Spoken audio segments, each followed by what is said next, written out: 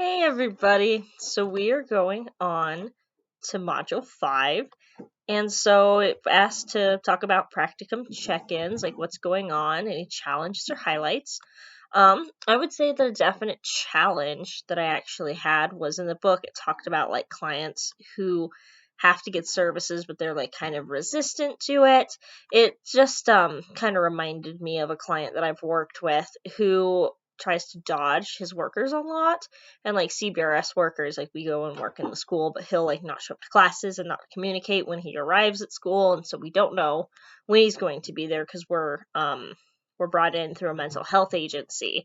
And I think that gets really complicated. And I feel like he just feels like sometimes he's getting babysat, by workers. And I feel like he has a lot of resistance to that. And so I feel like when we talked about like how to communicate with clients who are resistant to services, that offering choice was a super good one. Recognizing the client's emotions, like, and validating that feeling, like he doesn't really want somebody with him or watching him all the time because he is like, a 16-year-old person. He's not quite an adult, but he has a lot of his own autonomy. And I feel like that hasn't been recognized a lot for him in the past. And so I feel like that list was super, super helpful. And I feel like that has been the biggest challenge um, that I've experienced lately. And so I really feel like this chapter really applied. Like, I felt like it was really speaking to me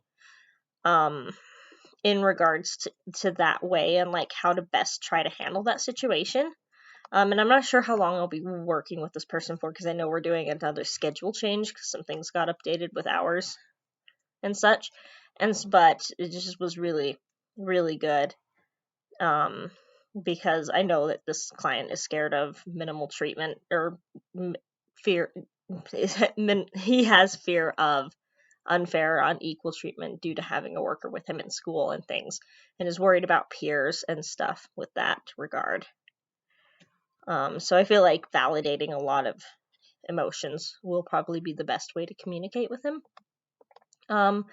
But I feel like some of my strengths and techniques is definitely use of genuineness. I really do have a genuineness with the clients that I work with in the school, and like I want them to, grow and utilize their skills to the best of their abilities in those ways and like adjust to society and that kind of thing. But it's really important to make sure that I'm not like projecting that onto them. And I feel like that can be a challenge. And it's something that I don't feel like I do right now, but is always something I should be concerned about.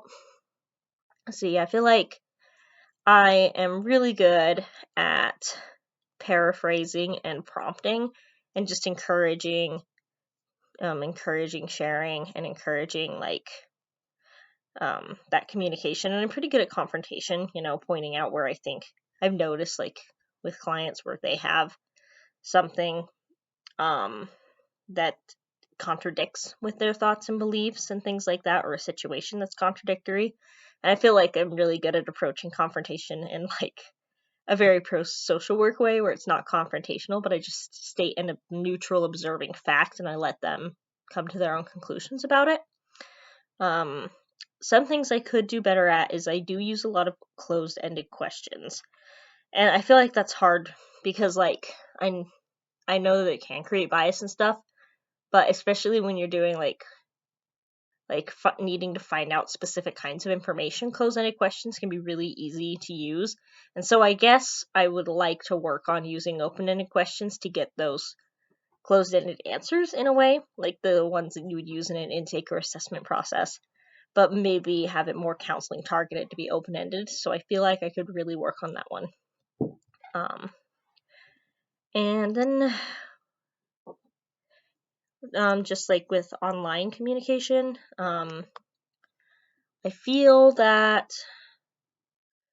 my agency adheres very well to these guidelines, and we actually we try to just mainly use technology between like staff members most of the time, but we more encourage in person with clients unless the clients have like a resistance to it, because there are some who have a very big preference on that. And so I feel like that they adhere to the guidelines in 9.4 really well, and I don't ever really feel like like communication is a problem, online communication in that regard, and that we're really good at being respectful and following HIPAA and making sure that, things are tight and good and follow the social work standards. And so, yeah, that pretty much just kind of sums up my thoughts on this week in communication. So thank you for watching.